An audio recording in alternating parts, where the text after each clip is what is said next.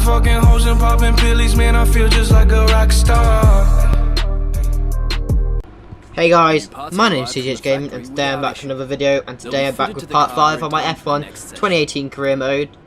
And it's turn of the Spanish Grand Prix. A track I don't love the track, I don't hate the track. I just got nothing. It's an average track for me. But we're now going to switch back to the first parts of our engines. I'm pretty sure that's what we're going to be doing anyway. But we're taking a long ass time to do it. But yeah, if you didn't watch the last Grand Prix, I'd definitely recommend go watch that. It was an alright Grand Prix. It's not the best, it's not the worst. I think we got out raced by our teammate, and qualifying was just a shambles. But anyway, hopefully we can do the opposite in this Grand Prix.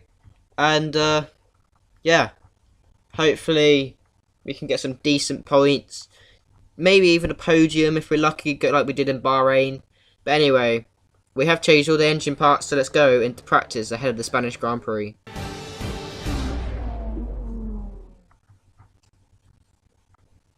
Welcome to the Circuit de Barcelona, Catalonia for the Spanish Grand Prix. Over the next few minutes, the teams will be heading out onto this classic Formula One track for what we're expecting to be a very hectic practice session. A warm welcome once again to the man standing beside me in the commentary box for this session, Anthony Davidson. Hello, Ant. Excited to get underway?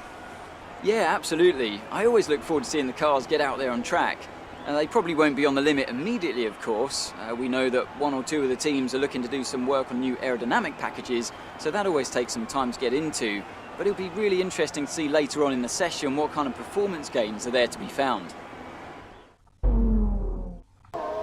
So we started off with track acclimatization, as we do in every single weekend. We're going around turn 9, we got on the gravel, tried to correct, and the rear end just goes, nah mate, you ain't corrected me. So that was the end, well, that wasn't the end of that, we finished like that run, and we managed to get purple. We also got purple in low tyre wear, and fuel save we managed to get green, I'm pretty sure, yeah, it's green. But we did go on the curb, and we tried to correct, but unfortunately it's corrected too much, and we go into the wall. Well, not enough actually. So there's a replay. I am feeling like this is going to be the worst. Like, it's going to be the corner that catches us out the most. Hopefully not, but if you don't get it right, quick look at the unfortunately you're going to end up in the wall. So at the end of practice, we actually come 11th on the soft tyres, not the fastest tyres. The only person that set a fast tyre ahead of us was Fernando Alonso, I'm pretty sure. But we do get a significant amount of points from that. So it's not all bad. We only completed 3 programs, to be fair though. But anyway, 300 points still. We're over 1,000 points now, so hopefully we might actually be able to buy an upgrade right now. But yes, I think we're gonna have a look. Mercedes are actually still top of the power. We're only just behind Toro Rosso. If we get this upgrade, we should be able to jump Toro Rosso if we get an aerodynamic major upgrade, which we are going to do actually. So I read my own. It's been a while since I recorded this. It's been like a week or so. But anyway, let's go into qualifying for the Spanish Grand Prix. And I actually missed out the little commentator. Oh no, I'm an idiot. We're going into practice 2 for the Spanish Grand Prix. To finish off with what we, stuff that we didn't manage to finish in the last practice session. We come 10th, Sergio 7th, but we didn't actually really set a very representative time. It was just programs that we was doing. So that's some more resource points to add to our bank. Yeah, you can see now. I'm pretty sure we might even be able to get a little minor upgrade before the end of the weekend, depending on how much we have left. We got 500 left. We actually could get a minor upgrade before we go into Monaco. So I hope that's going to be pretty good if we do. But yeah, it's going to be a completely dry weekend. So let's go into qualifying for the Spanish Grand Prix. We've got 3 major upgrades on the way, but let's go into qualifying.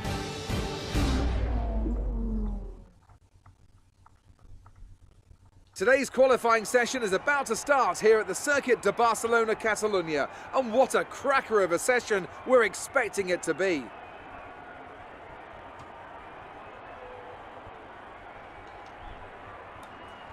Now then, Anthony Davidson, you're not getting any younger, but you have been involved in your fair share of qualifying sessions in an illustrious 30-year career. How do you deal with the pressure when you have that one chance to deliver a perfect lap?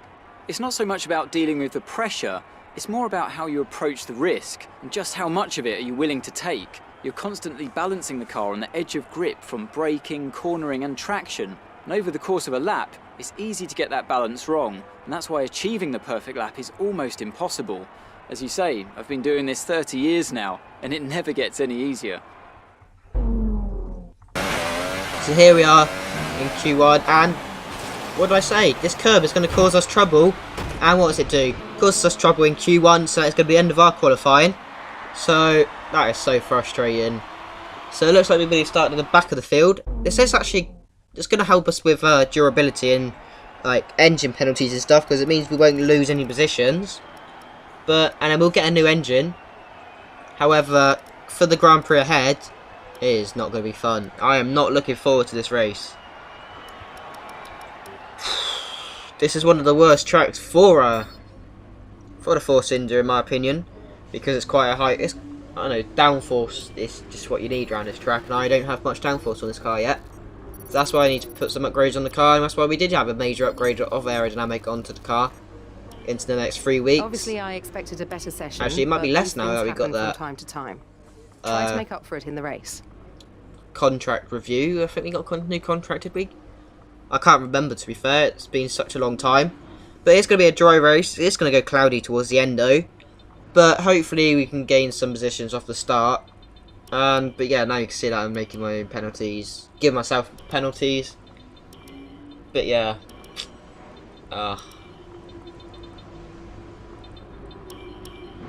It's not what you want. It's not what you want in the qualifying session. But anyway, let's go into the race for the Spanish Grand Prix.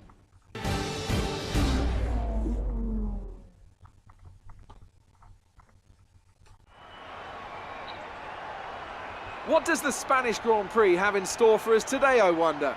I hope we see some tight wheel-to-wheel action down the main straight, circa Mansell and Senna way back in '91. Or maybe we'll have a more strategic race here on a track where overtaking can be difficult. The Circuit de Barcelona-Catalunya then, a high-speed 2.89-mile circuit which demands an efficient downforce package and bravery on the part of the driver, especially through the blind right of turn 9, which we might just see taken flat this weekend.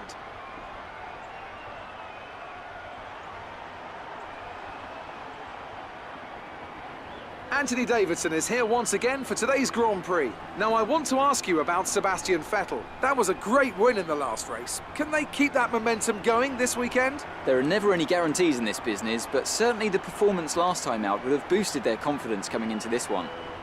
We're almost ready to go then, and this is what the starting grid looks like for today's race. An immense lap from Lewis Hamilton yesterday puts him on pole position, and starting alongside him P2 is Sebastian Vettel. Looking down the rest of the grid we have Verstappen, Ricciardo, Kimi Raikkonen and Bottas, Grosjean, Sainz, Magnussen and Fernando Alonso, Van Dorn, Perez, Charles Leclerc and Gasly, Hartley, Sirotkin, Nico Hülkenberg and Lance Stroll, Ericsson and Joker. And now it's time to head down to the track. So our teammate's actually starting 12th for the Spanish Grand Prix, so that's alright for him. Maybe our qualifying pace was stronger than I thought it would be. Anyway, I'm going to go for the one stop. It's going to be 33 laps around this circuit. We're going to go from the softs to the mediums. We're not going to use the super soft tyres this year. Well, this race at least. Because I think that would force us to go. If we start on the super soft tyres, I think that would force us to go to the two stop anyway. Unless we could go to super soft mediums, but I wasn't feeling that. So hopefully we don't get... Because I think the pattern this season have really bad starts between it, like from me and the AI. The AI just... if you can get a perfect start online, I guess, you're gone. Perfect starts are everything. And they're so hard to get. But at the moment, in this scene, it looks like I'm pushing Ericsson along. But, yeah. Into turn 1, I want to at least be 18th. I'd be happy with... If on that end of lap 1, if I'm 16th, that'll be good. However, I don't think that will be the... I don't think that'll be what will happen. But anyway, we are lined up on the grid ahead of the Spanish Grand Prix. We went for the lights to come on. We've now got 5 lights. Lights out, and away we go for the Spanish Grand Prix. And this is what I mean, we get awful starts. So it looks like we're not going to be able to gain any positions up to the turn 1. But the next time we do get one will be turn 4. Actually, we are going to try up the inside of Ericsson. He's still on our outside, but he's got the inside line for turn 2. So he managed to keep P18, 19 actually, we're in P20. A lot of dirty air, we're going to go very wide to the end, well, in turn 3. So that's not help us out. But we have got one braking zone up front, and we're going to dive up the inside of multiple cars. Look at that Renault of Hulkenberg sweeping around the outside of everyone. Wow, that was a move. We've managed to get 2 positions now. Past Ericsson, and 3 now. Past Hulkenberg, Ericsson, and Hartley, I'm pretty sure it is. I think it's Hartley anyway, or it might be Gasly. I'm not sure, one of them. It's actually Gasly, because I see Hartley in front of me. Now I've got 2 Williams in front of me, so hopefully we'll be able to get at least Stroll into this left-hander hairpin at the end of sector 2. So we're going to get slipstream, we're going to be in rich mix, overtake mode, up the inside. We might even be able to get Sirach in here. We took out the bollard. Sorry about that. Bollard, but we're now on lap 6. We've cut quite far into this race. We're now P13, there's a couple of people have stopped, but now 5 people, 6 people have stopped now. So that's moved us into P6, maybe it's 7.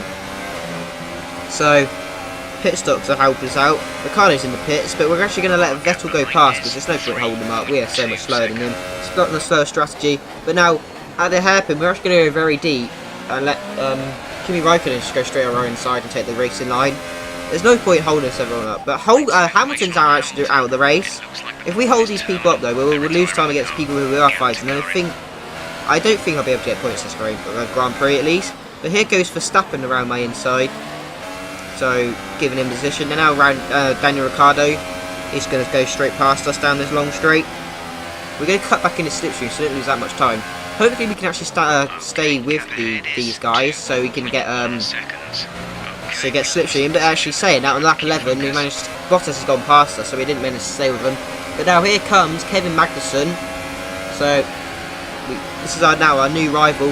He's just gone straight past us even before turn 1. We're going to try get the move back into turn 1. There's a little bit of contact. Lost our front, half of our front wing, and we've managed to keep P7 at the cost of our front wing though, which is very unfortunate. But now in the second DRS straight here, going around the outside, and Alonso actually is going to go up my inside. We're leaving room for Alonso on my inside, but that meant we squeezed out Magnussen. But now round my outside goes Alonso. We've touched him, and he's going very slowly. And now we're squeezed between both of them. Now we're going round the outside. Magnussen's gone very slowly on the exit. We've gone off the track. We've got a warning there over the very bumpy sausage curb. There's actually someone on our inside. It's Grosjean.